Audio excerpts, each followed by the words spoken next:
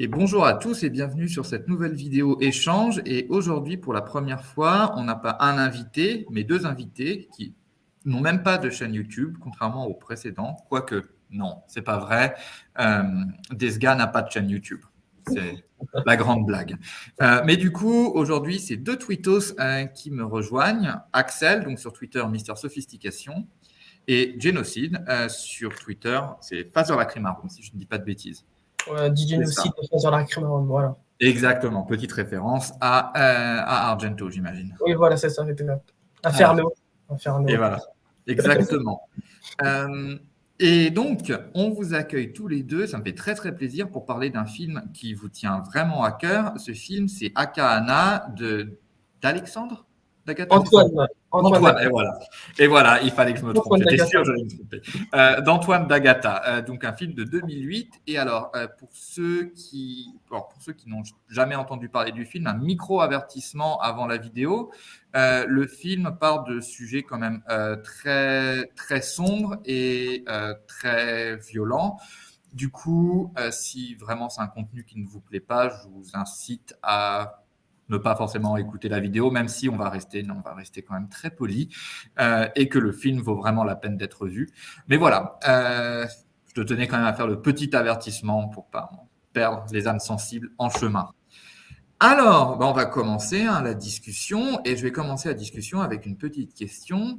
Moi, ce film, j'en ai entendu parler par Twitter parce que vous deux et quelques autres larrons n'avaient pas arrêté de spammer tout le monde avec un est-ce que tu as vu Akahana? Et donc, non, je n'avais pas vu Akahana, mais maintenant j'ai vu Akahana. Et donc, voilà, j'aimerais, avant de commencer à parler vraiment du film, savoir un peu de l'histoire derrière tout ça, comment tout ça est né, qui a découvert le film, comment vous l'avez découvert et comment c'est devenu, parce que c'est quand même un film qui est très underground. Donc, comment ce film est devenu une célébrité de Twitter sans le faire exprès. Est-ce que tu veux commencer, DJ, ou pas? Ah, Axel, c'est toi. Tu vois, Ouais. c'est toujours. Voilà. Alors, l'histoire est pas incroyable, c'est-à-dire que je savais pas quoi regarder. J'ai dû le voir passer sur Instagram, c'est peut-être Ultraviolence Moderne qui en avait parlé ou quelque chose comme ça sur un post. J'ai trouvé les 2-3 screenshots sympas. Je me suis dit, je vais regarder sur Internet si je peux pas le trouver, parce qu'en général, ce genre de film, c'est introuvable. Enfin, c'est chiant à trouver. Et je l'ai trouvé facilement en fait, sur archive.org. Il y est toujours d'ailleurs avec des sous-titres anglais, si quelqu'un veut le voir. Et du coup, je l'ai vu, et en m'attendant à rien, en fait, je me suis pris une grosse gifle d'un film très nihiliste, très noir, qui m'avait beaucoup touché. En fait, on m'a rarement autant touché. C'était très viscéral comme sensation, en fait.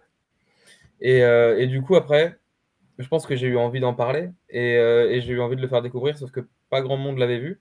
Du coup, je me suis juste amusé à spammer tout le monde parce que je trouvais ça marrant, quoi. C'est donc un troll, en fait.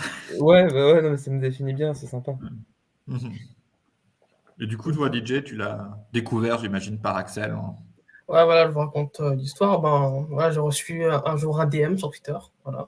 Et Axel, il me dit il faut vraiment que tu regardes ce film. Voilà. Et franchement, moi aussi, je m'attendais à rien. Hein. Voilà, je ne savais pas quel aurait été le résultat. Voilà. Et donc, au moment où j'ai cliqué sur archive.org, les 20 secondes sont passées, direct chef-d'œuvre. Chef-d'œuvre total. D'abord, c'est un film qui est totalement unique, authentique. J'avais jamais ressenti ça avant, quand dans le premier visionnage. Voilà. Et c'est surtout aussi un film documentaire qui a une approche expérimentale. Et comme moi, j'aime bien le cinéma expérimental, ça m'a tout de suite touché. Et surtout, j'étais vraiment dans une sorte d'angoisse, une sorte de tristesse par rapport au sujet. Voilà. Et il fallait vraiment que j'en parle aussi à mon entourage de ce film. Donc, Akahana, ça a été bouleversant. Voilà, ça a été bouleversant pour moi. Et je crois que c'est le film que je vais toujours m'en souvenir des années après. Hein. Voilà. Et franchement, c'était une expérience que j'ai vécue. C'est comme une sorte de décharge électrique, tu vois. Donc voilà. Ouais. Non, effectivement, c'est vrai que c'est pas un visionnage qui laisse de marbre, hein.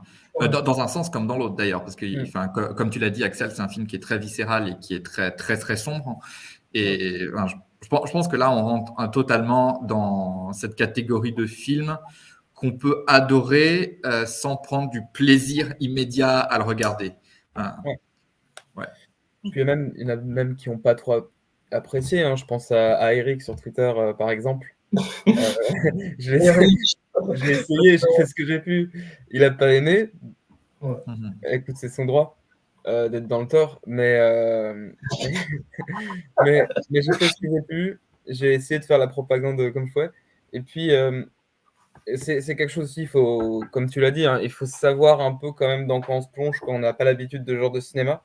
Pareil, comme moi je disais que je l'ai fait découvrir à une partie de ma promo, j'ai toujours essayé d'aller voir des gens qui, je pense, pouvaient l'apprécier et le supporter.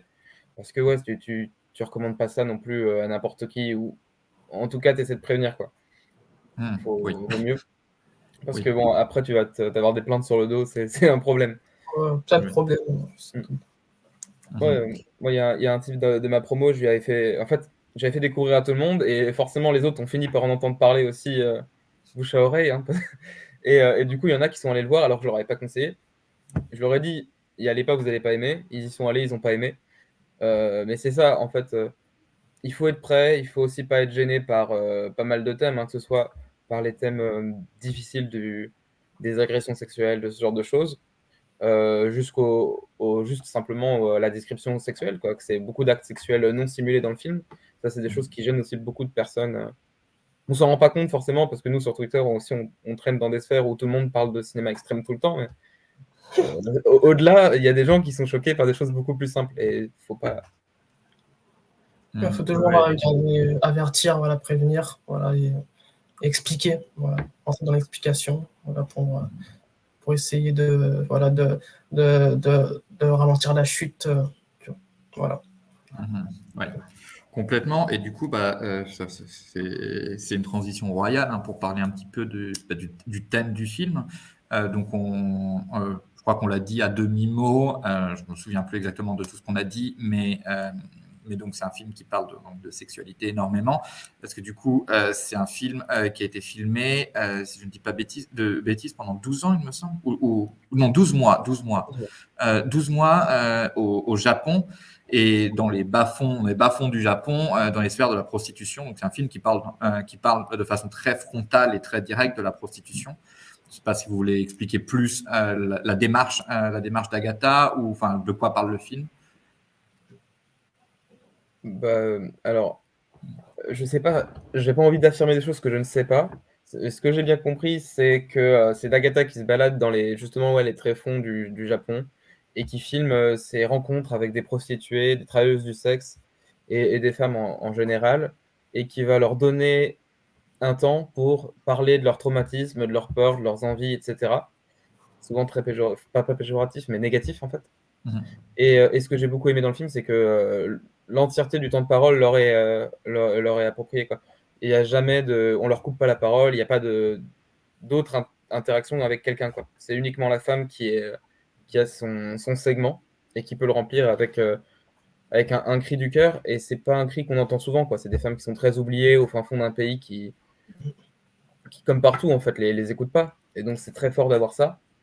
Et j'ai aussi l'impression que c'est quelque chose qui revient beaucoup dans les œuvres de d'Agatha, parce que même dans ses livres, on peut retrouver ce genre d'ambiance. Moi, j'avais acheté Paraiso, et il y a une ambiance très similaire également. On revient toujours sur le même thème de la mort, de la drogue, du sexe, des travailleuses du sexe, etc. Et ça revient beaucoup. Ça revient beaucoup dans son travail. C'est pas une œuvre unique, en fait. Je pense même que c'est une des œuvres qui doit le mieux définir ce qu'il fait, d'Agatha. Et j'ai même pas fini de voir sa filmo en plus. Donc. Mhm. Ouais, complètement. Alors, tu parles de voix non interrompue, c'est très intéressant parce qu'effectivement, donc le film se divise en 6 segments, il me semble, c'est ça? C'est ça. Donc, il connaissait par cœur et qu'il avait vu 30 fois. Moi, je l'ai vu qu'une fois. Que deux. Du coup, c'est 6 segments et chaque segment, donc c'est une femme qui Oui, parle. exactement. Ouais. Et du coup, est-ce que parce qu'il y a donc un travail de montage qui est énorme sur chacun des segments, mais est-ce que du coup, tu parlais de voix non interrompue, est-ce que la voix de la femme est vraiment non interrompue au montage?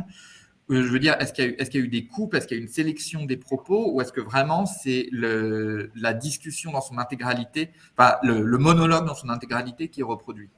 Alors, c'est une bonne question auquel je ne peux pas te répondre avec certitude, encore une fois.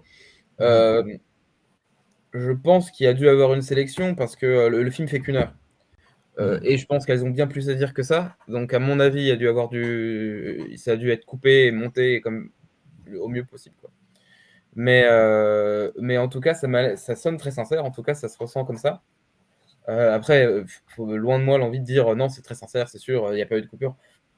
Je peux pas en être sûr. Mais ça a l'air très sincère et elles ont un quart d'heure en fait où il n'y a pas d'interlocuteur à côté qui vient leur poser des questions, qui vient les orienter ou, ou répondre, etc. Et en fait, le réalisateur est très absent de son propre film, alors qu'il filme et qu'il a eu des interactions directement avec elle.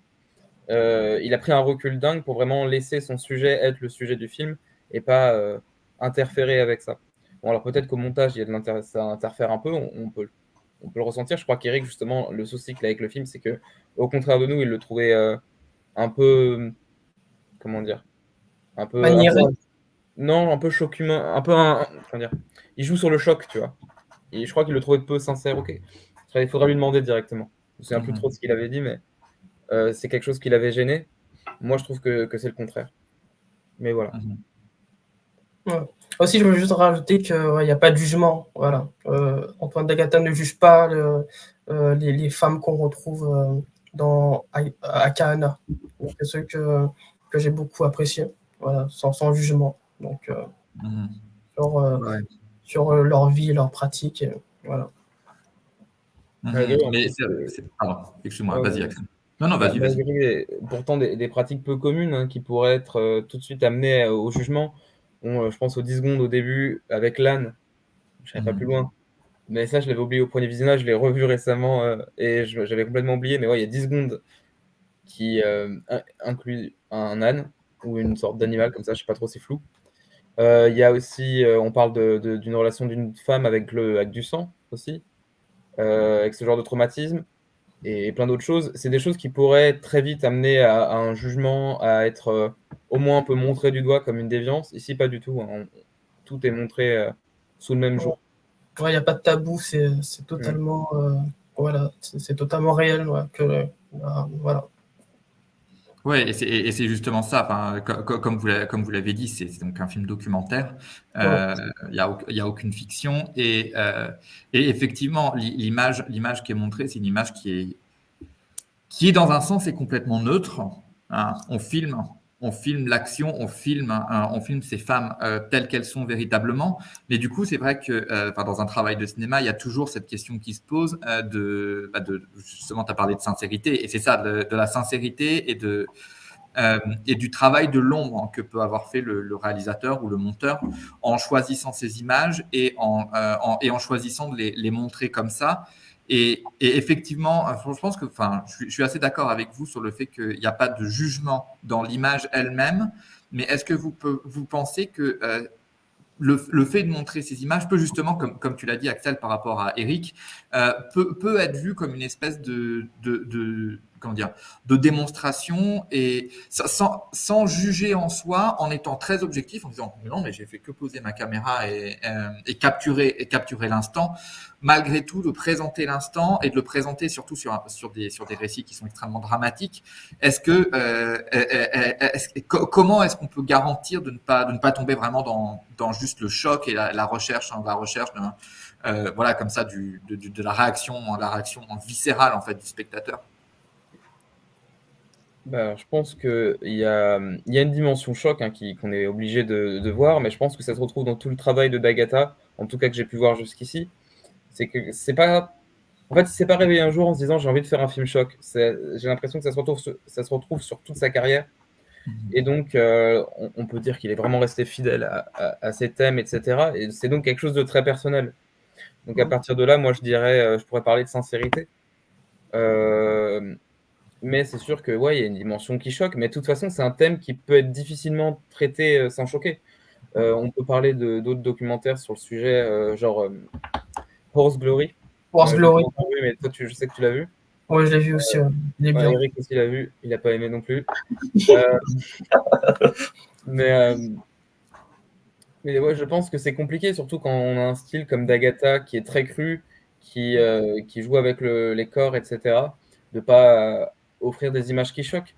Mais on n'est peut-être pas non plus. En fait, pour moi, quelque chose qui serait pas sincère, qui serait choqué pour choquer, on se rapprocherait plus d'un documentaire comme Black Metal Vein Lucifer Valentine, ouais, voilà.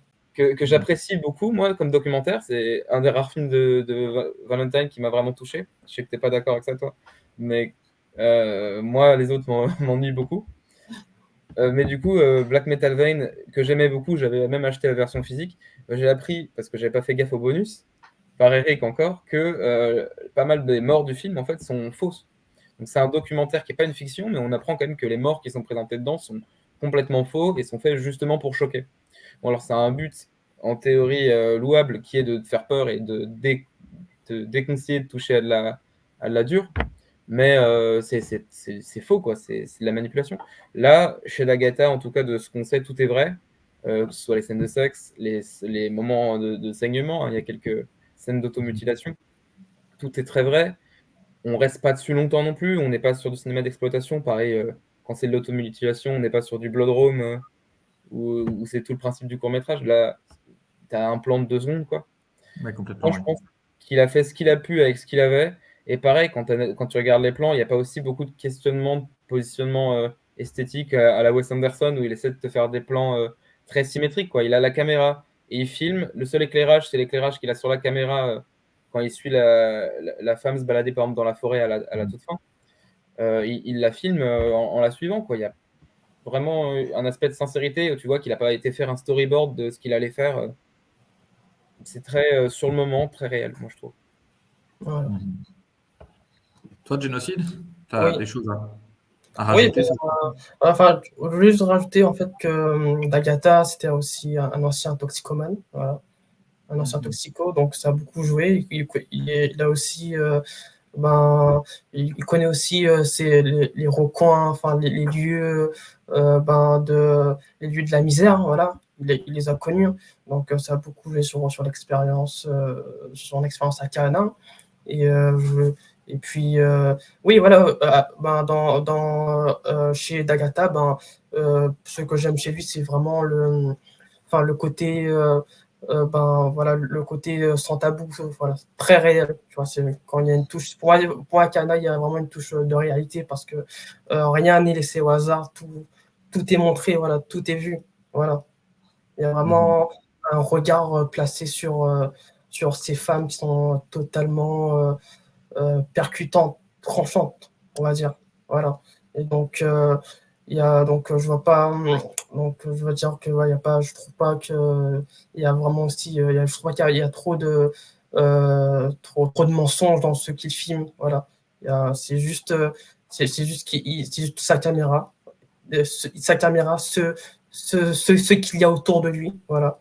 Et, et voilà, il y a pas d'autre chose. Donc, c'est ce que j'ai particulièrement aimé dans son travail. Voilà. Ouais, complètement. Ouais, pardon, vas-y. Et voilà aussi, je voulais juste dire que pour moi, il filme aussi l'aliénation. Voilà. L'aliénation. Akaina, c'est vraiment un film sur l'aliénation de soi. Vous voyez?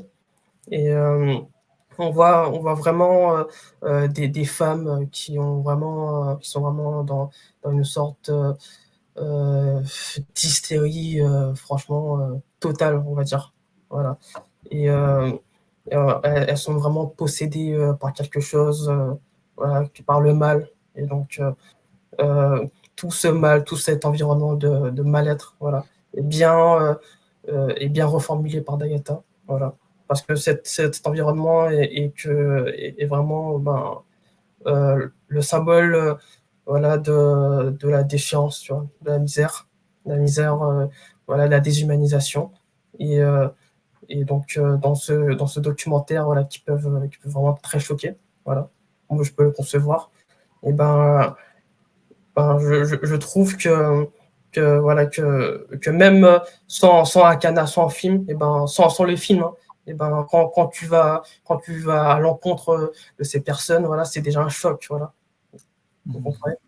Et donc, c'est bien que Akana existe et que Antoine ait filmé tout cet univers morbide. Voilà.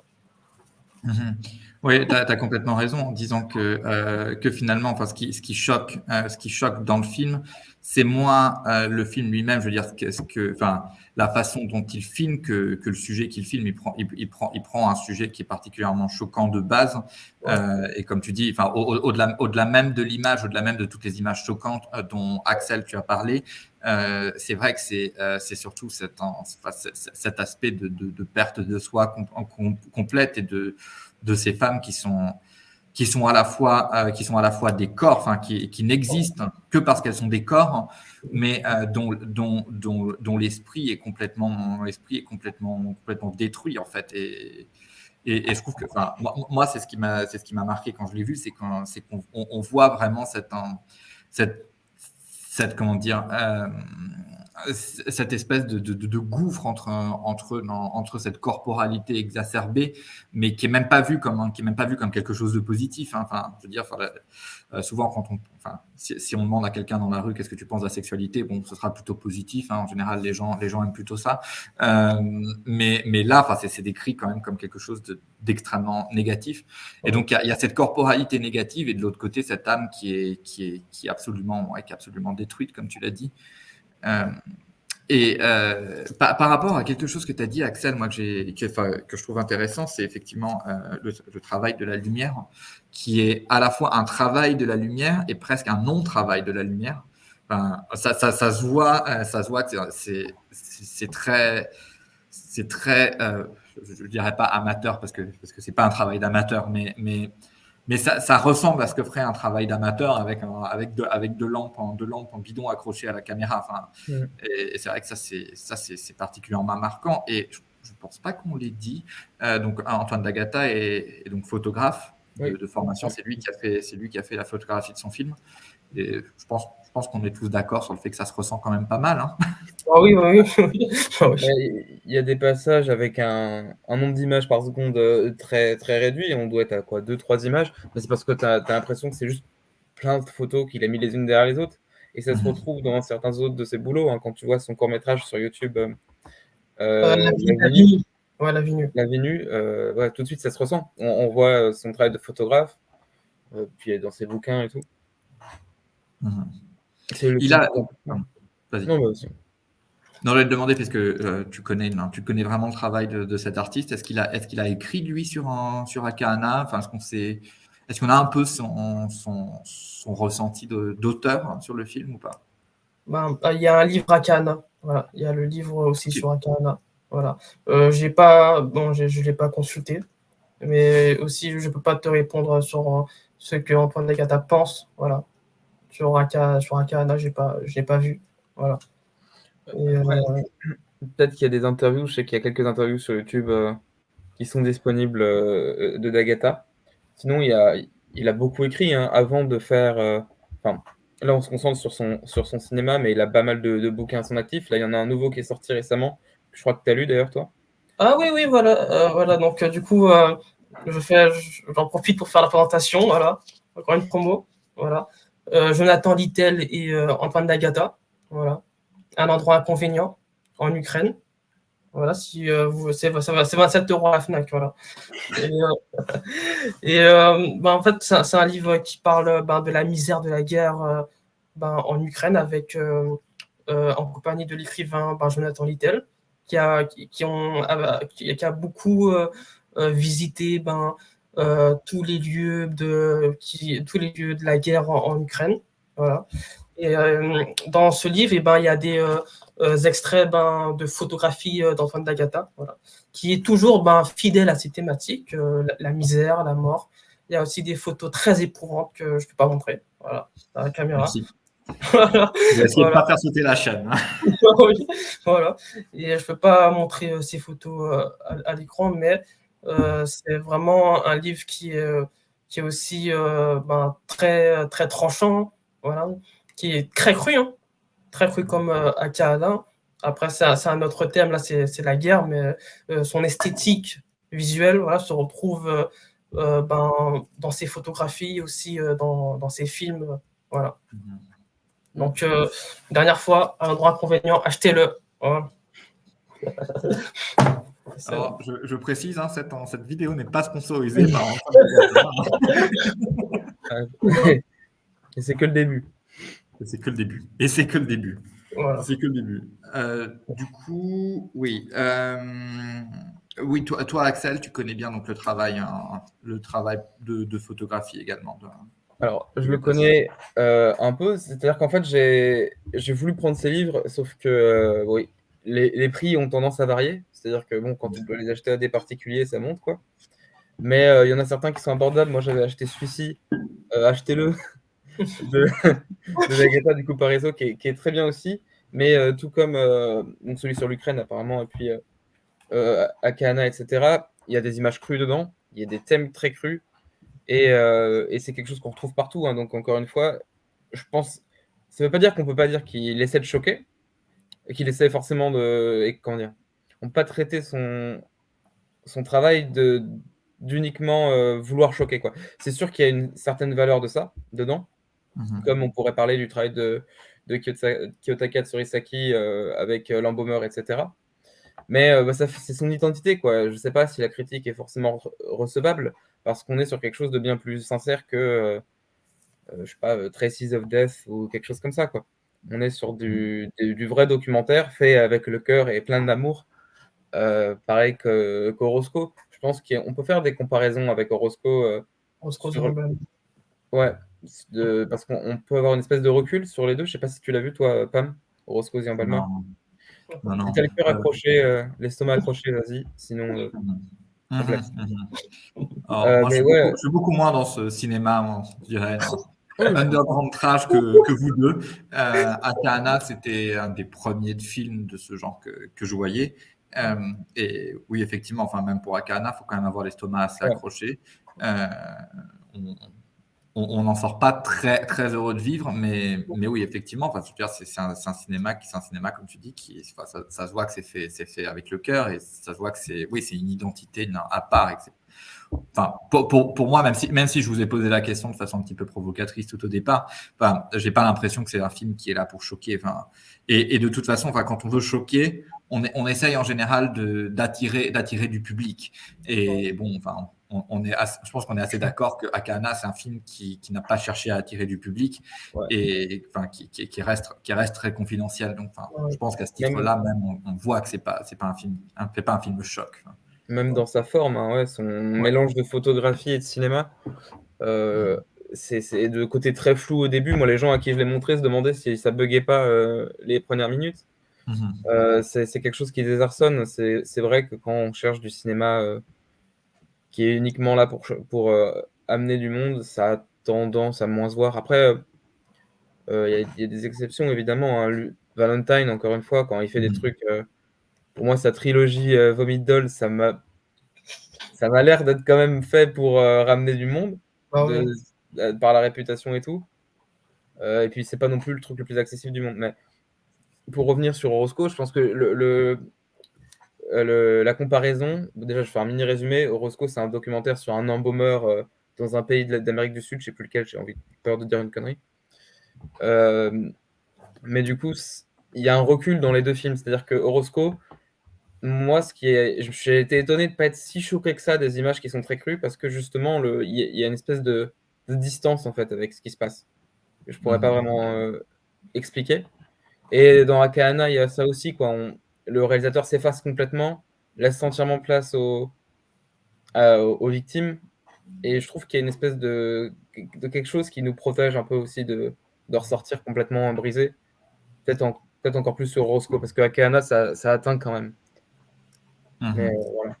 C'est des documentaires très, très chocs, mais à la fois très sincères, qui, je pense, peuvent difficilement être taxés de vouloir uniquement choquer pour choquer, quoi. On n'est pas sur de la compilation.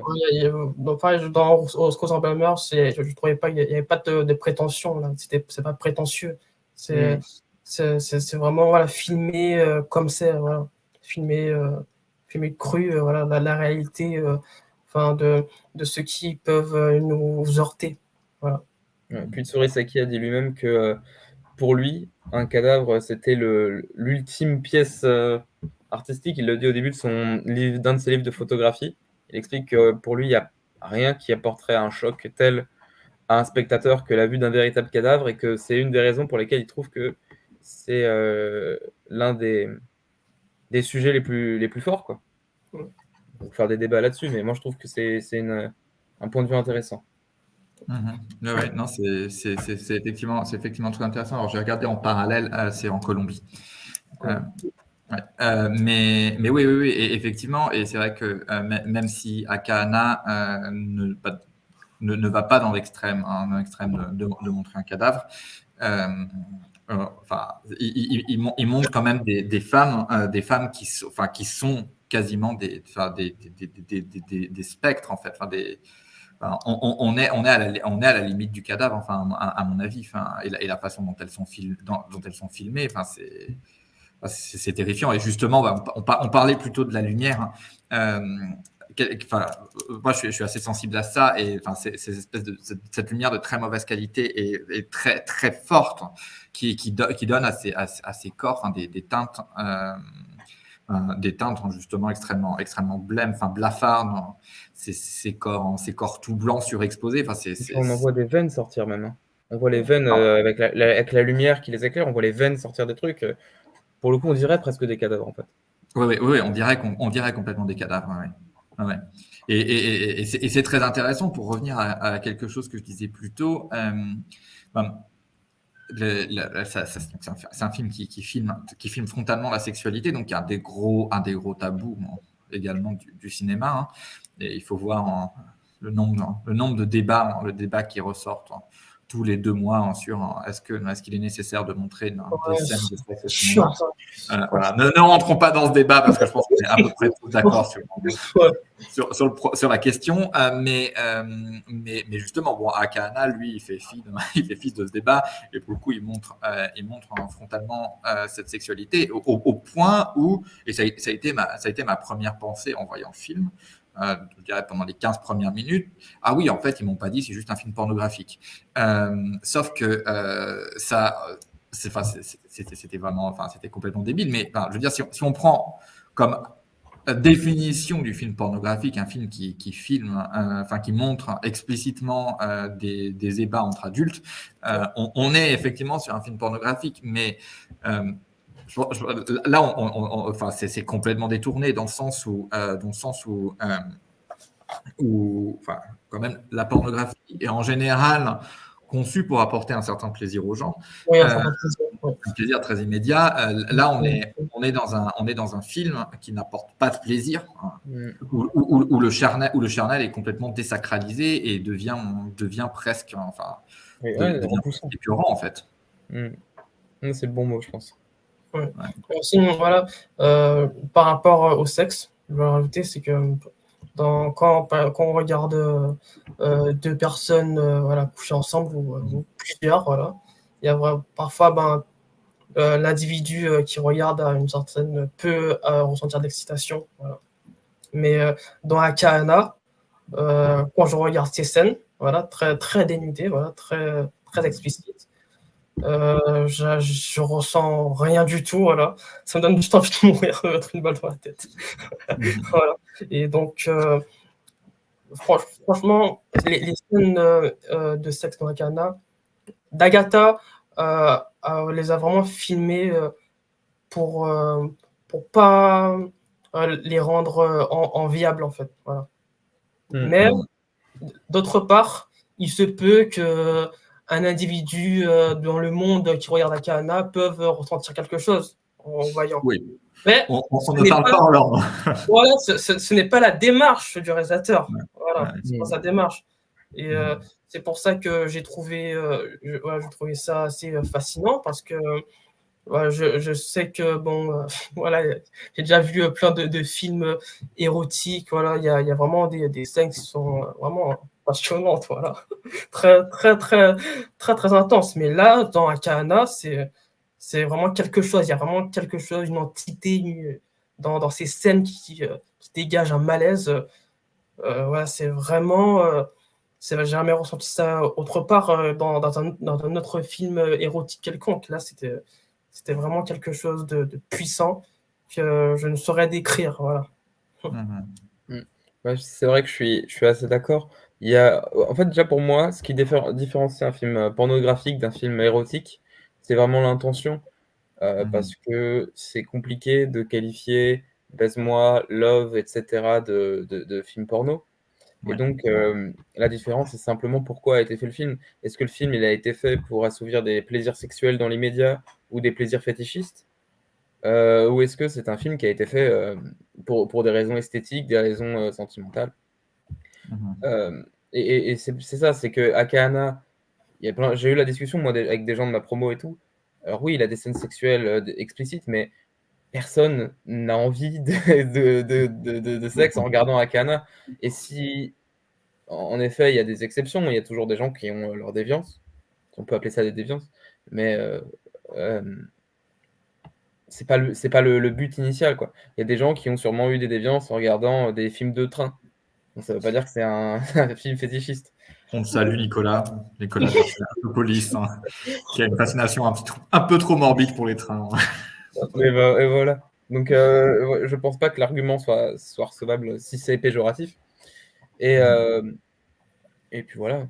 Donc c'est un film qui est particulier. Et quand on n'a pas l'habitude en fait de voir des films comme ça, des films explicites, ça peut être, ça peut désarçonner. Mais ouais, non, je pense pas que ce soit un film pornographique. C'est un documentaire, quoi. Oui, oui, oui, oui, complètement, ouais, complètement. Et un documentaire qui parle d'un sujet qui est très tabou et qui est effectivement le sujet enfin, le sujet même, hein, des films pornographiques, mais qui est traité, comme tu l'as dit, avec une intention qui n'est pas du tout la même, et, enfin, et une esthétisation aussi qui est pas du tout la même. Et moi, ça a été un peu, je reviens un petit peu sur ce qu'on disait avant, mais ça a été peut-être quelque chose qui m'a un petit peu dérangé avec le film. Enfin, je veux dire, au-delà du contenu même du film, mais quelque chose qui m'a dérangé dans la démarche du film, c'est qu'il y a quand même une esthétisation qui est très forte de ce qui est montré. Et à un moment, j'avais presque l'impression qu'on était en opposition finalement avec la démarche sincère de présenter de présenter quelque chose sans jugement. Là, on en faisait, enfin, on en fait carrément une œuvre d'art. Et à ce titre-là, même ça m'a interrogé d'un point de vue même éthique mais enfin, enfin, est-ce que c'est bien ce qu'il a fait? Enfin, et naturellement, enfin, je dis pas qu'on doit juger une œuvre à son éthique, mais c'est vrai que ça interroge, je trouve, le regard du réalisateur, de pourquoi le réalisateur il a choisi de prendre sa caméra et de filmer ça. Il y a vraiment des scènes où je me suis dit, mais enfin, qu'est-ce qui s'est passé? Enfin, comment ça s'est passé la scène? Enfin, est-ce qu'il était vraiment là avec sa caméra en disant ignorez-moi, je vous filme? Enfin, parce que enfin, clairement, il y a quelque chose de très malsain et dans cette esthétisation, ça se voit qu'il a pris un plaisir à filmer ça. Et encore une fois, par rapport à ce que tu disais, Axel, ce n'est pas le plaisir de regarder l'acte sexuel, mais vraiment le plaisir de filmer quelque chose, de filmer quelque chose qui, en l'occurrence, est un acte sexuel particulièrement morbide. Mais et aussi, ça nous interroge sur nous, le spectateur, moi qui suis assis derrière mon écran, qui suis en train de regarder ce film. Finalement, est-ce que c'est pas un acte voyeuriste très, très primitif ce que je suis en train de faire? Parce que cette misère-là, je la connais et en même temps, je suis en train de regarder ça presque de façon malsaine en fait. Enfin, qu'est-ce que vous en pensez, vous qui êtes beaucoup plus consommateur de ce genre de cinéma que moi? Je te laisse commencer, Ok. Génocide. Ben, quand j'ai regardé Akana vers la moitié du film, eh ben, j'ai bien compris quel était le message de l'auteur. Et en même temps, j'étais aussi déstabilisé. Voilà. J'ai commencé à ressentir de l'ambiguïté, voilà, sur ce que je voyais. Donc, c'était vraiment. Voilà, pour moi, je me suis dit, bon, c'est un Akana, c'est un film voilà, voilà, qui montre voilà, toute la misère de la prostitution. Mais en même temps, j'ai mes yeux, voilà. En même temps, j'ai mon regard. Je regarde aussi des femmes qui sont filmées entièrement nues, voilà, et de très près, de très près. Et donc, je me suis posé des questions sur l'esthétique, voilà. Et ça m'a un peu mis mal à l'aise, voilà, sur mon regard de spectateur, voilà. Donc, je me suis dit, est-ce que je suis un voyeur ou est-ce que je suis juste un cinéphile qui analyse un film, voilà, un spectateur qui analyse un film, voilà, sur tout, sur tout sur tout ce qu'il apporte, sur tout ce que le film apporte, voilà. Et donc, jusqu'à maintenant, pour moi, c'est un film voilà, qui, j'ai un regard plutôt pessimiste sur le film. J'ai beaucoup de compassion pour ce que je vois, mais en même temps, il y a aussi l'esthétique, voilà. Et cette esthétique qui peut aussi faire débat, et ben, je trouve que comme je vous ai dit, j'aime beaucoup le cinéma expérimental, voilà. Et dans le cinéma expérimental, sur la définition, c'est une sorte de cinéma qui désobéit, voilà, au code du cinéma traditionnel et qui prennent sa propre voie. Et donc, dans les films expérimentaux que j'ai déjà vus, j'ai déjà remarqué que voilà, il y a des réalisateurs qui font des trucs très exceptionnels. Et l'esthétisation de Antoine d'Akana, je l'ai trouvé aussi exceptionnelle parce que voilà, ça rentre aussi dans mon carcan de cinéma expérimentaux que j'aime bien. Mais en même temps, je suis aussi déstabilisé. Et en même temps, j'ai pas envie de dire du mal du film parce que c'est un de mes films préférés. Et en même temps, je voudrais prendre du recul. Donc, du coup, je sais pas où je dois me poser. Est-ce que je dois m'asseoir sur la chaise A ou est-ce que je dois m'asseoir sur la chaise B? Voilà, vous avez compris. Et donc, c'est pour ça que c'est mon film préféré parce que je ne vais pas donner de réponse exacte parce que je n'ai pas envie de dire des conneries. Voilà, je pas envie de dire de conneries. Et en même temps, c'est vraiment une sorte d'ambiguïté qui me reste dans ma tête. Voilà. Donc, c'est ce que je pense de cette esthétisation visuelle. Et aussi, une dernière chose, c'est que dans Akana, ben, c'est très noir, la noirceur. Il n'y a que aux alentours, c'est le dark, voilà. Et il n'y a que une lueur de lumière qui montre voilà, que des corps. Et donc, pour moi, c'est très symbolique, c'est très évocatrice voilà, des ténèbres, tu vois. Voilà, des ténèbres pour faire relever les ténèbres pour donner de l'appui à son film et montrer ton message, voilà, montrer ton message au film. Donc cette esthétisation est assez, moi j'aime bien l'esthétisation, voilà. L'esthétisation du film, pour moi, elle est pas mal. Il y a aussi, je vais faire un parallèle avec Pedro Costa. Je pense que vous avez déjà entendu parler de Pedro Costa. Et ben là, les films de Pedro Costa sont parsemés de noirceur parce que Costa veut montrer un film qui est vraiment un film très sombre, voilà, un film très sombre. Et cette noirceur de Costa, pour moi, ça signifie tout ce qui enveloppe toute la noirceur, voilà, toute la noirceur du mal. Et donc, vous pouvez le voir dans son dernier film de Costa qui s'appelle Vitalena Varela, un chef-d'œuvre total. C'est vraiment un film triste, voilà. Et l'utilisation de l'ombre, des ombres, pour moi, peuvent être interprétées de cette manière ténébreuse, voilà. Et donc, j'ai beaucoup fait de parallèles entre Akana et Pedro Costa, même si c'est différent. Et sur cette esthétique visuelle qui peut vraiment te faire comprendre que tu es dans un endroit abiotique, sans vie, voilà, et très nihiliste. Je crois d'ailleurs que tu avais fait un parallèle quand tu avais vu Atlas, que moi j'ai pas encore vu. Ah oui, Atlas, ouais. D'un autre film de D'Agata que tu trouvais être assez semblable au travail de Costa. Ouais, Pedro Costa. J'ai moins aimé Atlas parce que je voyais trop Pedro Costa. Voilà. Mais si Pedro Costa n'existait pas, franchement, Atlas, voilà. J'aurais mis 5 étoiles, voilà. Mais bon, j'en ai mis que 3. moi, de mon côté, par rapport à l'esthétisation, je pense que c'est recevable, hein, et je pense que du coup, ouais, c'est la critique qui revient le plus. C'est qu'on parlait tout à l'heure de sincérité, de sobriété dans la mise en scène, Mhm. et c'est contrebalancé du coup par certaines séquences, notamment ouais, les séquences où la lumière fait ressortir les veines. Moi, je pense que c'est pas forcément quelque chose de préparé, je pense que c'est quelque chose d'instantané sur le moment, où avec la lumière, ils ont vu la chose et ils l'ont filmé. Donc il y a ça dans un premier temps, qui fait que c'est toujours sincère dans le sens où c'est instantané, quoi, Oui. c'est sur le moment. Et aussi sur le fait que bon, quand tu es un réalisateur, que tu vois un truc joli comme ça, c'est compliqué de te dire je vais pas le mettre dans mon film, quoi. Bien Euh, entendu. euh, Putain, j'avais oublié ce que je voulais dire. Mais ouais, je pense que ça vient de là, ça reste toujours. On tombe pas dans l'esthétisation du mal. On n'est pas dans quelque chose où on rend la chose cool, hein. Comme on l'a dit, il a quand même réussi la prouesse de rendre le sexe repoussant, sans lui ajouter des éléments immondes, fictifs ou peu importe. Mhm. Et donc, on n'est pas dans du glamour. Voilà, on n'est pas dans du glamour. C'est Je me c'est permets de te parfois couper. joli. Ouais. Je me permets de te couper justement quand tu dis rendre le sexe immonde sans montrer des trucs immondes. Et je pense que c'est typiquement en montrant les choses les plus simples. Enfin, Ouais. c'est en filmant les rapports les plus normaux qu'il est le plus monstrueux en fait. Hmm. C'est ça. On n'a pas de monstre qui sort des.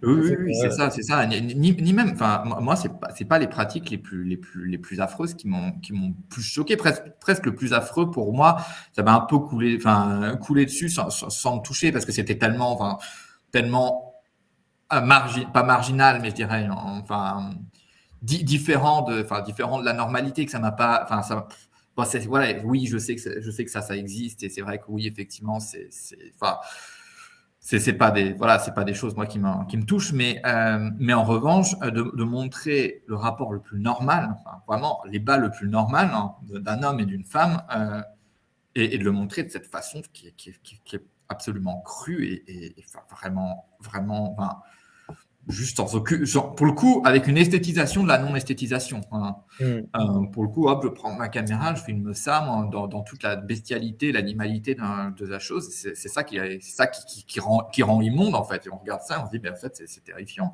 En plus, en sachant derrière, avec la voix de la femme qui explique qui nous raconte, et bien sûr tout ce qu'il y a eu avant, qui nous raconte que c'est pas une partie de plaisir ce qui est en train de se passer, ça rend ça absolument terrible, en fait.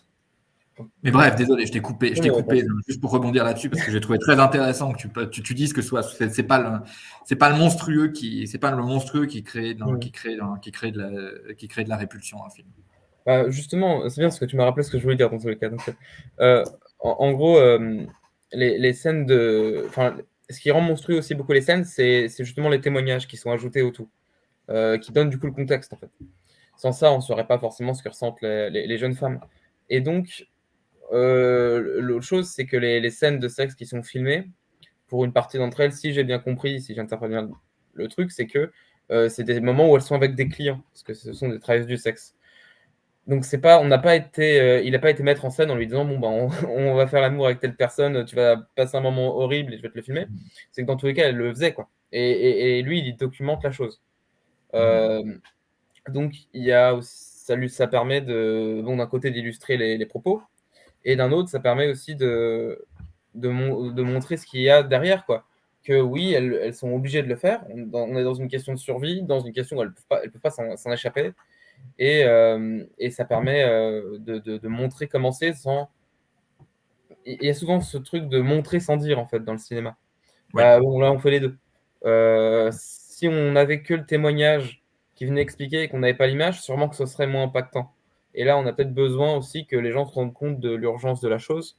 Après, je suis pas en train de dire aussi qu'il n'y a pas une dimension, encore une fois, de volonté de choquer. Je connais pas la personne en vrai, mais moi, c'est ce que Mhm. j'aurais tendance à interpréter. Et même les moments un peu esthétiques, on n'est pas sur un énorme travail. Les moments jolis, parfois, c'est simplement que la caméra, elle est passée en vision thermique et avec les couleurs de la pièce, ça rend le truc joli. Et Ouais. Dakata, il a du bagage et de l'expérience, donc il sait faire en sorte que son image ressorte bien.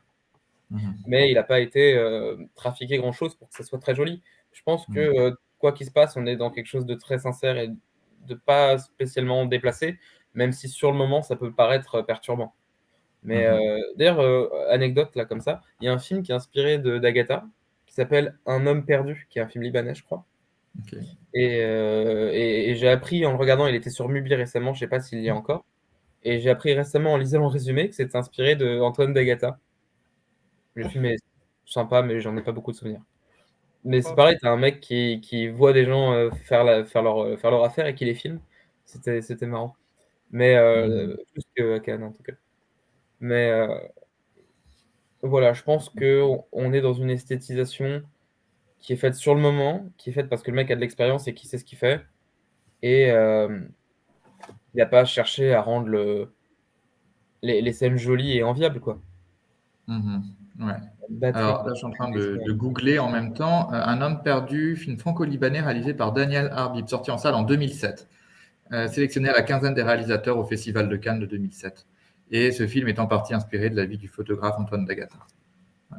Donc le film a été réalisé avant Cannes. Ouais.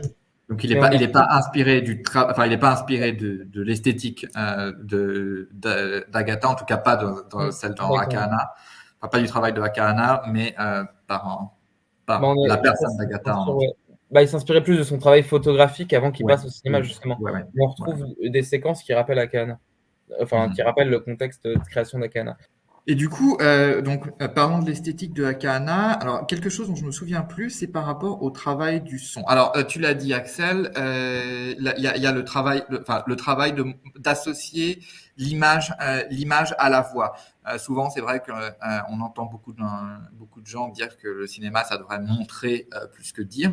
Et effectivement, enfin, c'est un art de l'image, donc cet argument se défend. Mais en même temps, c'est aussi un art du son. Donc pourquoi ne pas dire en plus de montrer? Et Akahana fait exactement ça. Et pour faire une mini annonce dans quelques mois sur la chaîne, et oui, sur cette chaîne, on pense en quelques mois, hein. On n'a même pas 250 abonnés, mais on pense au mois de mars. Je vais avoir une discussion avec un autre camarade de Twitter, donc qui est le bûcheron du cinéma, sur un film qui lui fait exactement l'inverse de ce que doit faire le cinéma, à savoir parler plutôt que montrer. Et je ne vous en dis pas plus parce que le film n'est pas encore sorti en France. Okay. Mais il va sortir justement au mois de mars. Et avec le bûcheron, on a tous les deux vu le film en festival. Et on a tous les deux envie d'en parler. Donc voilà. Ça marche. Mais voilà, bref. En tout cas, voilà, il y a donc ce traitement de la voix, qui est très important, de raconter en parallèle de ce qu'on montre. Et d'ailleurs, ça va même plus loin. Ça raconte, la voix ajoute quelque chose à ce qui est montré. Ou l'image ajoute quelque chose à ce qui est dit. Enfin, je ne sais pas dans quel sens ça va. Enfin, ça va un peu dans les deux. Mais du coup, c'est pas vraiment du descriptif. Mais est-ce que je me souviens plus. Est-ce qu'il y a un travail du son qui est fait au-delà justement de la narration, comme il y a un magnifique travail de l'image. Est-ce que le son est travaillé également ou est-ce que c'est plus brut? Alors moi déjà j'aurais dit que j'ai l'impression que l'image est calée sur les voix parce que quand tu es sur la dernière séquence à la fin, oui. Il y a le témoignage qui avance et en fait tu as l'impression que les illustrations collent plutôt bien avec ce qui est dit quand elle parle de l'agression qu'elle a subie et qu'elle parle d'à quel point elle avait l'impression que c'était une barre en métal chauffante qui lui brûlait le corps. Tu as une illustration où tu la vois allongée dans la forêt un peu recroquevillée. Donc tu as l'impression que les images sont plutôt basées sur ce qui est dit. Mais alors sur le son, moi j'ai pu récemment travailler un peu sur la phase finale du film pour la fac et du coup j'ai pu regarder un peu. Déjà il n'y a pas de musique, il me semble, peut-être au début rapidement, mais c'est dans le lieu quoi, s'il y en a. Et sinon non, on est vraiment sur les bruits de la forêt, sur les bruits des pas, sur le bruit de l'instant quoi. On est vraiment plongé dans le réel, on n'a pas vraiment d'échappatoire. Puis il y a vraiment ce côté aussi boucle dans le reste du film. Là, je m'éloigne un peu de la question, mais quand les phrases parlent de. Moi, je pense que la phrase qui m'avait plus marqué dans tout, c'est à la fin, quand Nao, je crois qu'elle s'appelle, ou qu'elle demande d'être appelée, explique que elle déteste les hommes, mais que c'est aussi la seule chose qu'elle aime, quoi. Ou qu'il y a vraiment cette boucle infinie où on ne peut pas s'en sortir, Et c'est renforcé donc par le fait qu'il n'y ait pas de musique. On est vraiment dans un documentaire, quoi, dans du réel. Il y a que la mise en scène est très sobre, qu'elle est pas, t'as pas un truc très carré, très statique. C'est caméra à l'épaule et puis voilà. Il n'y a pas, par exemple, la nuit, t'as pas des lumières et tout. On passe en nocturne. Il y a tout ça qui a vraiment un côté plongé dans le réel que j'aime beaucoup. Et qui est aussi ce qui rend le tout très touchant. Je coupe la parole à Génocide qui n'a même pas essayé de la prendre, mais je te la coupe quand même pour rajouter quelque chose que je trouve intéressant. Donc, tu parles de réel. Quelque chose, moi, qui m'a touché, c'est que souvent, dans ce genre de film, les personnages vivent des choses exceptionnelles. Et là, bien entendu, c'est exceptionnel dans le sens où je ne pense pas qu'on connaisse beaucoup de femmes qui ont vécu ça autour de nous. En tout cas, pas à ce degré-là. Mais ce que je voulais dire, c'est que j'ai l'impression qu'il y a un côté très normal, en fait. On a vraiment l'impression de parler à une femme qu'on pourrait rencontrer dans la rue. Enfin, on n'a pas l'impression qu'il y a comme une position de supériorité, ni que Agatha ne leur donne une position de supériorité de quelqu'un qui professe quelque chose. On est vraiment sur quelque chose de très normal et avec même une diction. Enfin, je parle pas de la diction. Je connais pas le japonais, donc voilà. Mais je veux dire, une façon d'exprimer les idées qui est très standard en fait, je veux dire, enfin très vie de tous les jours et très peu exceptionnel en quelque sorte. Et ça, pour le coup, ça va vraiment dans cette recherche de véracité, de plonger dans le réel en fait. Voilà. Je sais pas si j'ai été clair. Enfin, je crois pas que j'étais très clair. Oui, ça va, ça va. Ça va, merci. Oui. Je te laisse répondre, Génocide. Ouais, sur le travail du son, voilà, on revient sur ça. Il y a aussi les voix. J'étais beaucoup absorbé par les voix off, voilà. Voilà, les voix off des femmes qu'on entend. Surtout ces voix un peu chuchotées, voilà, ces voix très très aiguës de ces femmes qui me touchent vraiment. Je suis vraiment très sensible à ce genre de voix. Et ça me rappelle aussi les voix off dans les films de Malik, le Terrence Malick. Voilà. Et c'est ça qui m'a fait aussi accrocher à Kahana sur ce travail du son de ses voix. Et après, il y a aussi tout ce que disait Alex, les bruits de pas, voilà, les sortes de prix, des sortes de gémissements qu'on entend. Voilà.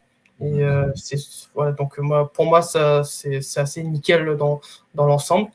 Et voilà, et aussi les voix off qu'on lit, voilà, quand on lit les sous-titres et qu'on regarde les ébats, quand on regarde les scènes, c'est vraiment déchirant, voilà. On assiste vraiment à une sorte de punition de la vie qu'on a donnée à ces personnes. Et donc, les voix off ont été très efficaces pour Akahana. Ce style de son que Dagata nous a offert, ça a été pour moi plus satisfaisant, voilà, pour mieux rentrer dans le néant, dans tout ce nihilisme. Voilà. Ouais. Et puis, comme tu disais, par rapport aux femmes concernées par ça, c'est vrai qu'on en croise rarement des femmes qui ont vécu ce degré en fait de traumatisme, mais c'est quand même terrifiant de se dire que une grande majorité d'entre elles, sans vouloir parler évidemment à leur place, mais une grande majorité des femmes autour là ont au moins vécu quelque chose qui s'apparenterait à une agression sexuelle dans ces choses-là. Et c'est aussi à un certain degré. Et c'est aussi pour ça que le film est important. C'est qu'on a tendance à invisibiliser ces voix-là. Nous encore, en Occident, ça avance doucement. Mais au Japon, etc., encore, je ne suis pas professionnel sur le sujet, mais j'ai l'impression que c'est pas des voix qui ont de l'importance du tout. Et du coup, avoir un film comme ça fait par un occidental qui vient s'intéresser à des femmes à l'autre bout du monde qui sont complètement dans une pièce insonorisée en train de crier, ça apporte vraiment quelque chose d'important pour moi. Et c'est pour ça aussi que le film mérite d'avoir plus d'impact, quoi. On se rend compte des horreurs qu'il y a et donner une voix à ceux qui en ont besoin. Mhm. Ouais, le film est dur, mais il est dur parce que ce qu'il montre est dur, en fait. C'est la vérité qu'il décrit qui est dure, plus que le film lui-même. Et puis c'est des choses qu'il faut aussi mettre en avant, quoi. Si on les montre pas parce qu'elles sont choquantes, on va pas avancer, quoi. Mhm. Est-ce que tu penses qu'on pourrait qualifier le film de film engagé? Je pense que par son sujet, il l'est, ouais, bien sûr. En fait, de toute façon, peu importe la manière dont il traitait le sujet, il l'était, d'une manière ou d'une autre. C'est un film qui est très politique, de toute façon, tout est politique à un certain degré. Mhm. Mais s'il avait montré ces femmes en les jugeant et en les faisant passer pour quelque chose qu'elles ne sont pas, hein, mais que c'était devenu un film très, je sais pas, conservateur, ça aurait été un film engagé également. Donc là, rien qu'en prenant ce sujet qui est complètement politique, il est engagé, c'est sûr. Et en plus, il a pris le bon angle. Ouais, ouais. Ouais. Ouais, il a fait le bon choix. Heureusement. Oui, c'est clair. Je pense pas qu'on en parlerait sinon. Non, Pas aujourd'hui. il y aurait des choses à dire, quoi, mais c'est sûr. Il y aurait des choses à dire. Ouais, pour ce serait intéressant aussi. Ce serait intéressant aussi. Ouais. Et ce serait intéressant de trouver, parce que je suis absolument certain que ça doit exister, un film qui prend le parti opposé. Ce serait intéressant justement de comparer un peu la représentation typiquement de la prostitution dans deux films. Un film qui va être complètement conservateur et ce film aussi. Mais bref, ça ne sera pas fait parce qu'on ne les a pas. Oui, tu as anticipé une question que j'allais poser, mais du coup, peut-être que Génocide, tu as quelque chose à dire là-dessus. C'est la question de l'occidental au Japon et de la volonté de filmer ce film au Japon. Alors, j'ai l'impression qu'il y a quand même un aspect, non, je dirais pas autobiographique parce que c'est pas quelque chose qu'il a vécu, mais lié au fait que Dagata était effectivement au Japon et connaissait bien cet environnement. Mais c'est vrai qu'on a quand même envie de croire qu'il y a même plus que ça. Et d'ailleurs, même le titre du film, Akahana, fait tout de suite penser à l'univers du Japon et non pas du tout à un film occidental. Du coup, quel est quel est le parti pris? Pourquoi filmer ce film-ci au Japon? Et est-ce que une vision d'occidental, qu'est-ce qu'un occidental a apporté comme vision sur ce problème japonais? D'ailleurs, est-ce que c'est un problème vraiment japonais ou est-ce que c'est un problème universel? Clairement, à mon avis, je pense qu'il essaye de filmer quelque chose de plus universel à travers cet exemple précis du Japon. Mais qu'est-ce que vous en pensez? Génocide. Oui, en fait, tout d'abord, comme on l'a dit au début de l'enregistrement, il y a pas de jugement dans Akahana. Voilà. Et on sait que dans l'histoire du cinéma, il y a des Européens qui sont allés dans d'autres parties du monde pour filmer des populations avec une vision très biaisée, très colonisatrice. Voilà. Je vais prendre un exemple que Axel connaît bien. Voilà. C'est Mondo, les films Mondo, les documentaires Mondo. Ce sont des documentaires tellement abjects, voilà, où c'est des Européens, des Italiens qui filment dans des pays d'Asie, voilà, mais avec vraiment une vision totalement réductrice. Voilà. On voit la population locale comme des sauvages. Voilà.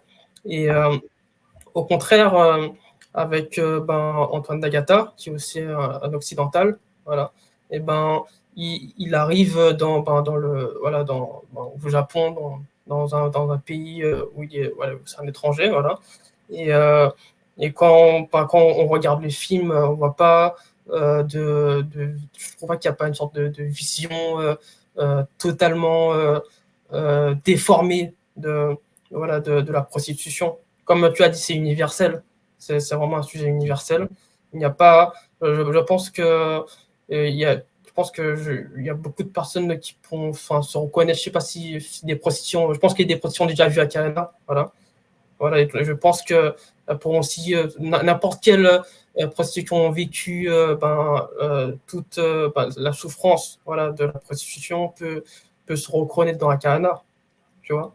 Et donc, comme c'est un sujet universel qui peut toucher à peu près tout le monde, voilà. Et il y a pas, enfin, je trouve que bon, c'est pas, il a pas été, il a pas été très, il a pas été très biaisé, voilà, donc il a été vraiment normal, un Occidental qui vient au Japon sans jugement, voilà, Ouais. qui filme, qui filme bien, qui filme bien ce qu'il filme, voilà. Qui sait ce qu'il filme et qui n'apporte pas, qui n'est pas dans le jugement, dans ce que l'autre fait, voilà, ce que la personne en face produit, voilà. Donc pour moi il a été pour moi il a été impeccable, hein. Voilà. C'est comme par exemple le livre sorti Un nombre inconvénient, voilà. Il filme les Ukrainiens, les civils sans jugement, voilà, aussi. Donc voilà, c'est ce que j'avais à dire. Voilà. Et sur la question de si c'est un problème purement japonais, non, bien sûr. Mais après, je pense que l'exemple pris du Japon, il permet simplement de faire écho dans le monde entier. Après, c'est peut-être un endroit qu'il connaît plus. Ouais. Et un endroit où il était sur le moment, donc ça c'est peut-être mieux fait comme ça. Et peut-être qu'il y a aussi des problèmes qui sont propres à la société japonaise. Des problèmes de, je sais pas, d'honneur, de ce genre de choses. Je suis pas assez familier. Là, je vais parler avec une vision très ethnocentrée, très française, donc je vais dire des bêtises, mais c'est dans tous les cas un problème qui est partout dans le monde et qu'il faut prendre sérieusement. On a ça en France, on a ça partout. Ouais, Et complètement, ouais. c'est un film important, peu importe d'où on le prend, quoi. C'est un problème qui est dans le monde entier. Ok, alors je regarde un petit peu mes notes, si j'ai d'autres questions. Est-ce que, alors j'aurais une dernière question un petit peu plus personnelle, mais est-ce que il y a des choses comme ça que vous aimeriez dire, sur lesquelles je vous ai pas interrogé, sur lesquelles on n'est pas venu, par rapport au film, par rapport à ce qu'il vous évoque, ou par rapport à vraiment plus objectif, hein. Ouais. Moi, j'aimerais bien revenir sur un truc, c'est dans la Kahana, on voit beaucoup de femmes, voilà, mais il y a aussi des hommes dans la Kahana. Oui. Et Bon ouais, point. faut qu'on parle des hommes dans ce film. Bon point. Oui, oui, très bon point. Merci. Faut qu'on parle des hommes. C'est vrai. Bon, Axel, tu veux commencer ou... Je vais te laisser parce que tu pars t'as eu l'idée qui Ouais. en Ok, premier. ça marche, voilà. Quand dans la Kahana, les hommes qui sont présents sont sont très choquants aussi, en fait. Voilà. Et, on a vraiment, ils ont vraiment, on dirait vraiment l'incarnation du démon. Chaque homme dans la Kahana est un démon, voilà, pour ces femmes, voilà. Et donc, on voit une sorte de présence négative, des ondes négatives qui dégagent d'eux. Voilà. Par exemple, dans la scène de striptease, voilà, où il y a une stripteaseuse qui danse, et sur le public, il n'y a que des hommes, voilà. Des hommes qu'on voit pas trop bien, on voit pas trop bien leur visage, ils sont très assombris, et sur la piste de danse, il n'y a que de la lumière sur la stripteaseuse. Et je trouve que cette scène-là, elle est vraiment terrifiante, voilà, sur les hommes, voilà. Voilà, donc il y a vraiment, comment dire ça, genre une vision négative des hommes par rapport à ces femmes, voilà, que je trouve que je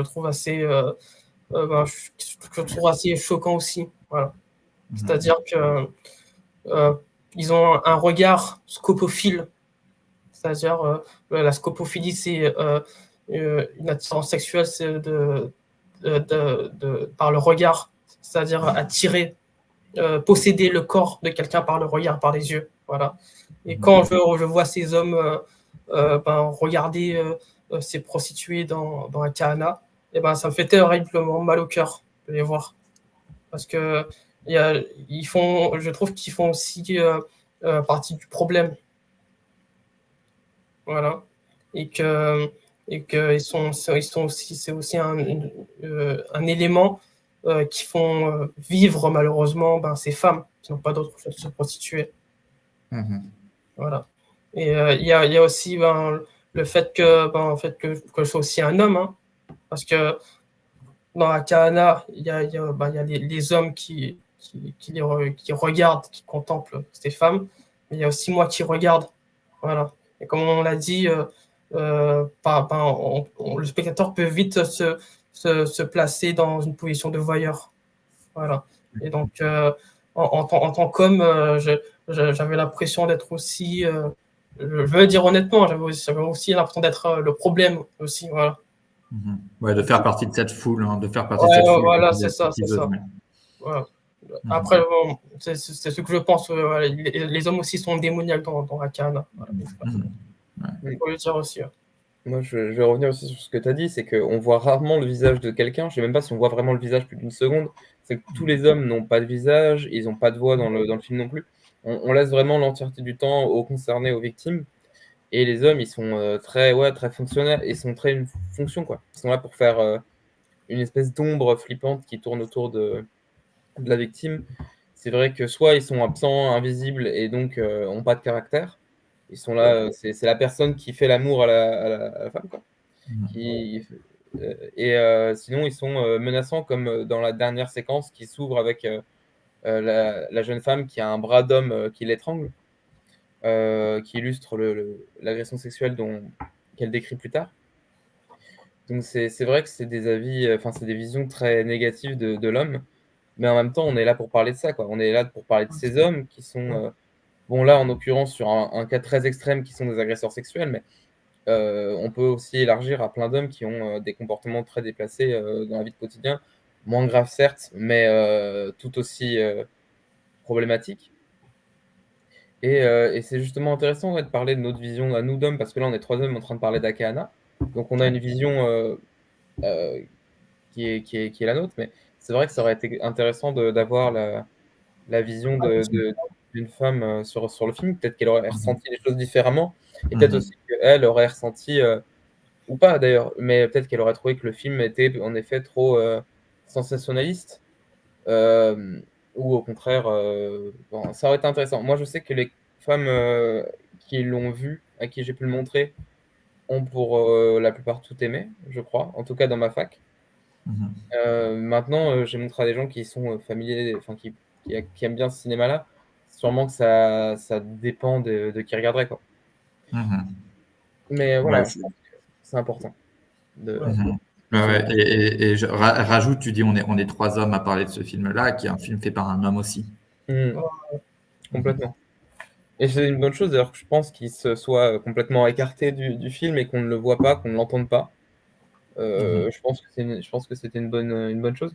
Aussi, si on veut en apprendre plus, je vois que dans le DVD, il y a un seul supplément qui s'appelle La beauté de l'enfer. C'est écrit, je ne sais pas si on peut lire parce que ça va être inversé, mais La beauté de l'enfer par Christine Ollier, une historienne de l'art. Ça peut être intéressant, je ne l'ai pas encore regardé, mais je pense qu'il y a des choses à en tirer aussi.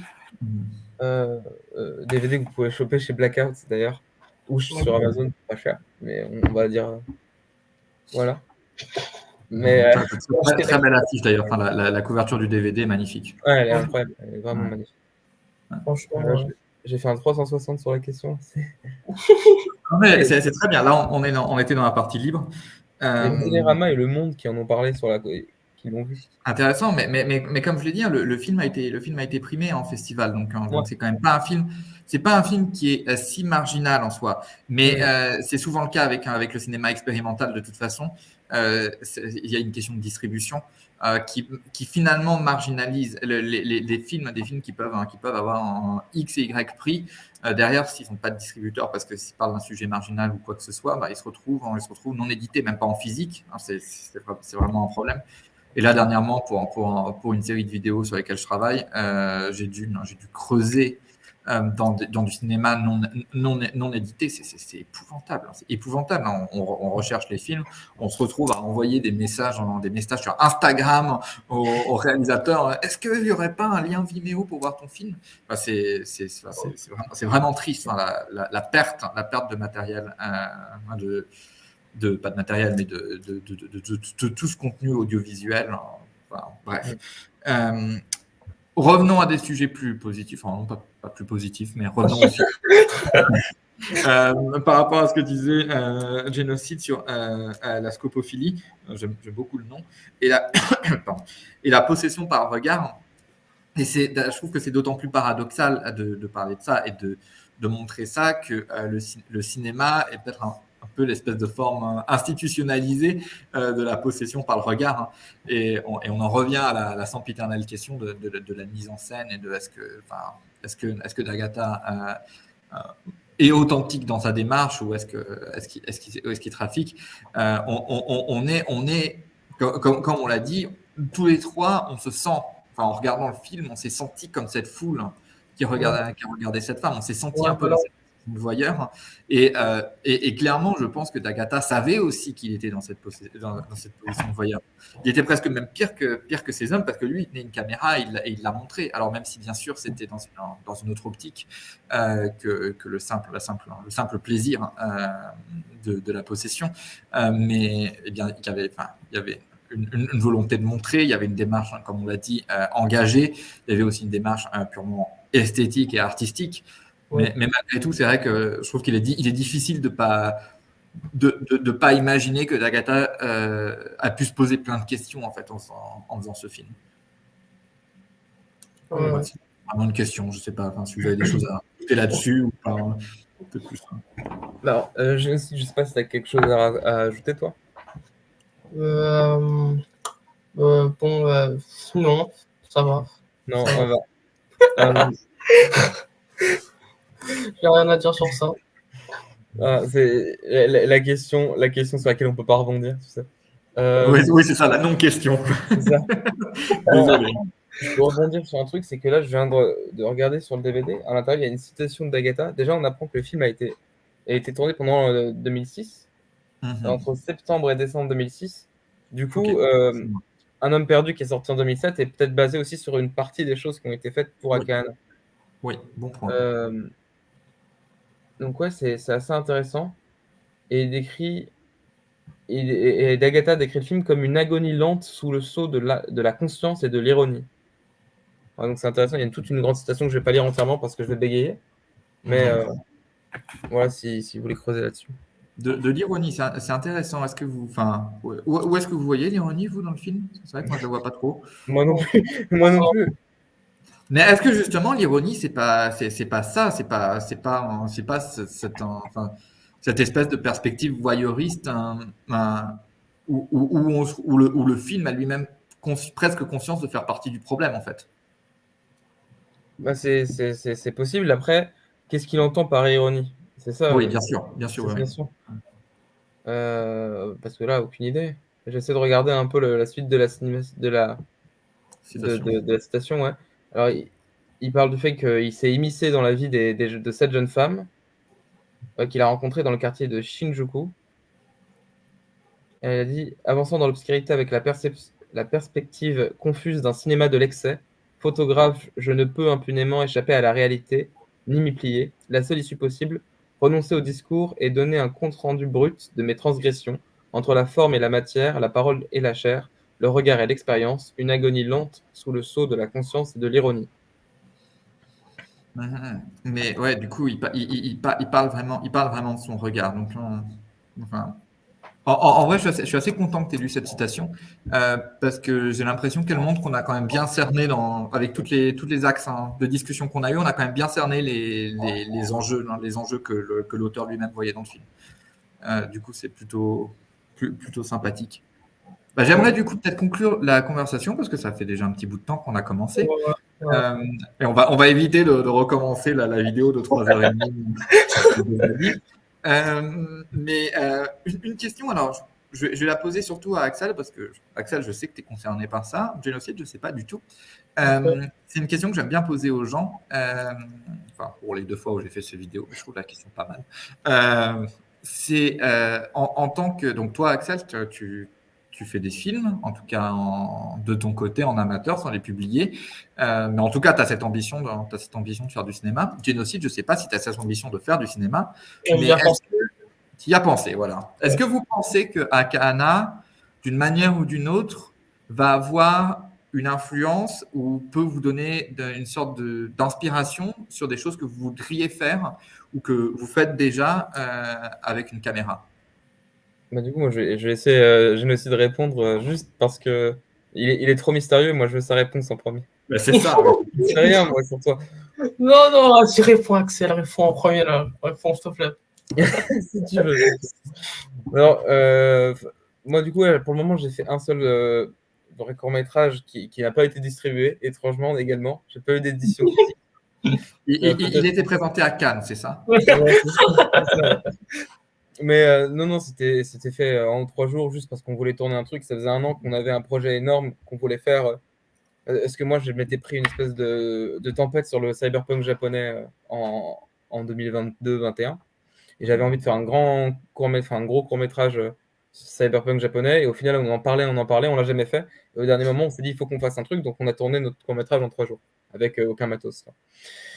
Mais du coup, je pense que les influences principales que je peux déceler quand je fais quelque chose, elles viennent beaucoup j'ai l'impression, à un certain degré, encore une fois, de tout ce qui est Fukui et Tsukamoto. Je sais pas pourquoi, ils m'ont vraiment complètement traumatisé. Je pense que j'ai rarement senti autant de liberté que dans 964 Pinocchio. Donc, toi, tu sais maintenant, mais il y a vraiment quelque chose de. J'ai une caméra et je suis libre, quoi. Je peux courir sur les murs si je veux, je peux faire n'importe quoi et ça sera incroyable, quoi. Et c'est assez fou. Et Akana, de son côté-là, est aussi très intéressant parce qu'il y a tellement d'idées dedans, purement esthétiques, hein, si on enlevait les idées esthétiques, si on dissociait tout, jouer avec les photos, avec le lent, les images par seconde réduites, on trouve ça un peu chez Wong Kar-wai d'une manière différente aussi, mais c'est des choses que j'aime beaucoup, que j'aimerais bien refaire aussi, mais fait différemment évidemment. Mais ouais, je suis sûr qu'il y a plein de choses, et je pense que l'influence principale que je peux tirer de Akahana, c'est que pendant quelques temps, j'avais eu l'idée dans un coin de la tête d'avoir envie de faire un jour un documentaire sur des paraphilies. Mais maintenant, là, je suis loin de pouvoir faire ça parce que faut trouver des gens, faut les contacter, faut qu'ils acceptent. Faut aussi trouver surtout un angle de vue parce que j'aimerais bien essayer justement de jouer sur une neutralité ou sur une bienveillance qui est rarement faite quand on parle de paraphilie, je trouve. Et c'est des choses qui se préparent, moi, je trouve. Ou peut-être que Nagata, il a moins à le préparer parce qu'il a des années de bagages derrière lui. Moi, j'ai pas ça, donc voilà. Mais ouais, non, il y a plein de choses qui viennent. Et puis, il y a sûrement de l'inconscient aussi. Les jeux de lumière, je crois que en ce moment, on bosse sur un court-métrage aussi avec des potes. J'avais fait aussi des plans avec une lumière juste posée sur mon téléphone et où je me balade et on a l'impression que c'est filmé à la main. Je pense que ça l'est, mais et je pense que ouais, c'est des choses qui m'influencent. Mais est-ce que ça vient vraiment que d'Akahana et pas d'autre chose? Je ne sais pas. Oui, bien sûr. Ça reste quelque part, quoi. Ça m'a trop marqué pour que ça soit pas quelque part dans ma tête. Bien sûr, oui. Bah, merci pour la réponse. Merci pour la réponse. Et clairement, dans ta réponse, tu as montré que tu aimes faire du cinéma. Donc que mon commentaire de tu fais des films n'était pas si débile que ça, contrairement à ce que tu as fait croire au début. Non, il est vrai. C'est juste que bon, c'est tellement amateur, c'est tellement ridicule pour un gamin, pour le moment que. Bien sûr, mais on n'a pas à être professionnels tous. Hein. C'est très bien de faire des choses en amateur. Bah, il faut commencer quelque part. Maintenant, Génocide. Génocide. Voilà. Tout d'abord, moi, pour l'instant, au niveau cinéma, je préfère parler de films et faire des critiques, voilà, faire des reviews, voilà, et même faire des promos de ces films sur Twitter, tout ce qui m'importe. Mais peut-être que dans 5 ans, 10 ans, 20 ans, je vais réaliser mon premier film, voilà. Il a fait la promo du mien, moi je suis content. Ouais. Et si je réalise mon premier film, ben, mes influences cinématographiques seront probablement multiples, hein, parce que moi, je sais pas si vous remarquez sur Twitter, je parle de beaucoup de films de différents types de cinéma. Voilà. Il y a pas que, enfin, il y a pas que le cinéma extrême que je regarde. Hein. Je m'intéresse un peu à tout. Mais si je réalise mon premier film, ça sera toujours sur une démarche expérimentale. Voilà. Le cinéma expérimental. Et mes premières influences seront voilà, Philippe Grandrieux. Philippe Grandrieux T'aimes bien Philippe Grandrieux? Je crois que tu n'en as jamais parlé sur Twitter. Ouais, jamais vu ça. Philippe Grandrieux et Antoine D'Agata et même Stan Brakhage. Voilà. Et voilà, Antoine D'Agata, Philippe Grandrieux, Stan Brakhage, c'est vraiment des. Je pense que ce sont mes 3 piliers de référence. C'est pour faire un film. Voilà. Après, je n'irai pas faire un film transgressif, extrême, c'est juste sur la mise en scène. Voilà. Et j'aurais pas voulu faire un film juste pour dire ah, vous voyez, voilà, je me suis inspiré d'Agatha, Grandrieux, voilà. Je veux juste faire avec mon propre style à moi et ma propre vision. Donc, sortir des influences pour trouver voilà. ta propre voie. Ouais. Voilà, donc peut-être que dans 30 ans, 20 ans, 10 ans, vous aurez des nouvelles de mon premier film, voilà. On en parlera sur la chaîne. À ce moment-là, j'aurai 60 ans et ce sera assez misérable de regarder la chaîne. Mais... J'irai faire le remake de Point de Force. Voilà. Ah oui, Point de Force, Jean-Étienne Séry, c'est aussi une influence. Jean-Étienne Séry. Point de Force, j'ai regardé ça la première fois, c'est direct dans le top 4 hein, de Letterboxd. Voilà. Et tu sais que je l'ai fait découvrir à quelqu'un de ma promo aussi. Hein. Et il a kiffé? Oh, génial. Franchement, est-ce que tu as vu Point de Force, Pam? Je l'ai pas vu. Faut que je vais te passer le lien. Tu vois le titre, c'est ce que tu crois. Ouais. Okay. Point de Force, c'est aussi une grande influence. Voilà. Bon, ça sera peut-être. Ça voilà. sera. Mais trigger warning, évidemment, pour le spectateur moyen. Ouais, pour trigger. Ouais, de façon générale, quand Axel et Génocide vous parlent d'un film, trigger warning dessus. C'est la réputation qui me suit partout, ça me saule. Parfois, je conseille des trucs normaux aussi. Ouais. Et c'est pas vrai. Enfin, je le dis un peu rigolant parce que c'est vrai que c'est un cinéma qui est quand même très marginal hein, et dont on parle peu et pourtant qui existe et qui est très très vivace et qui a énormément de choses à proposer. Et typiquement, si on pense au Twitter ciné, il y a quand même peu de gens qui vont dans ces directions et qui osent parler de ce genre de film. Et c'est d'ailleurs aussi une des raisons pour laquelle j'ai voulu parler de Akahana sur la chaîne, parce que je trouve que c'est un film qui a beaucoup de choses à dire, qui est d'un type qui n'est pas assez discuté. Et d'ailleurs, j'ai par curiosité, hein, avant d'enregistrer, j'ai tapé sur YouTube Akahana, il n'y a rien qui sort. Hein. Rien.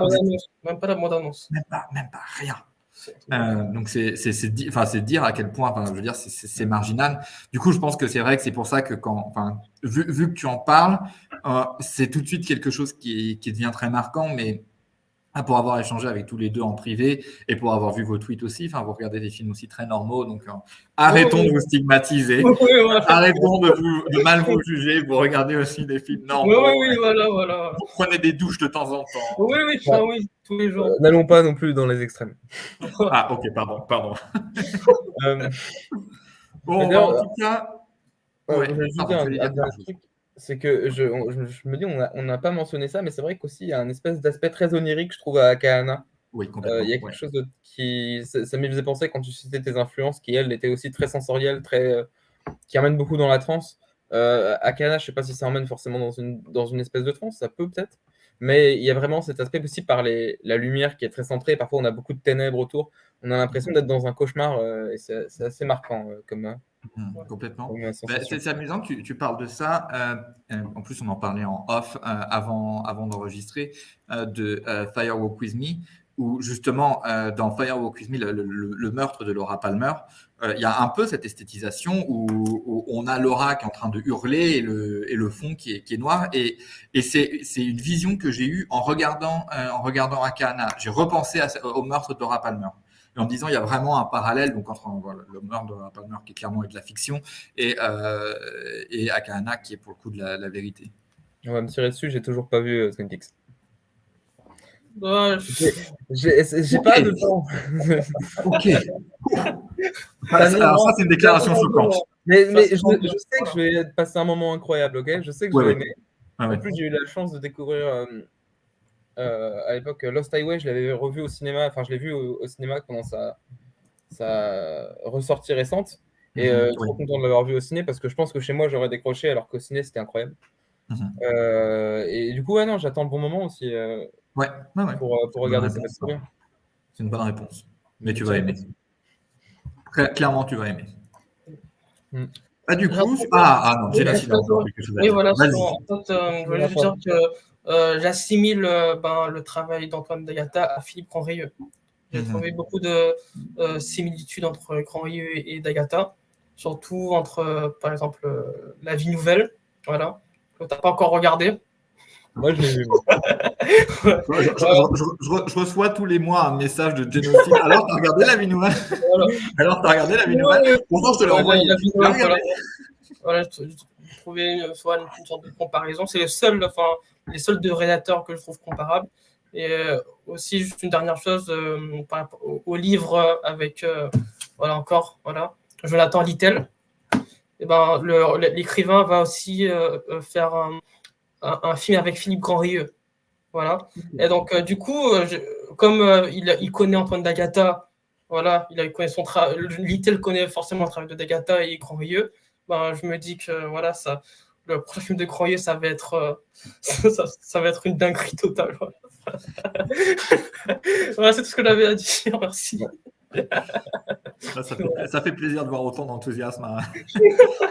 Et Philippe Grandrieux, qui ne regardera probablement pas cette vidéo, s'il l'a regardée, serait content de savoir qu'il y a une personne qui est aussi heureuse de savoir que son film sortira.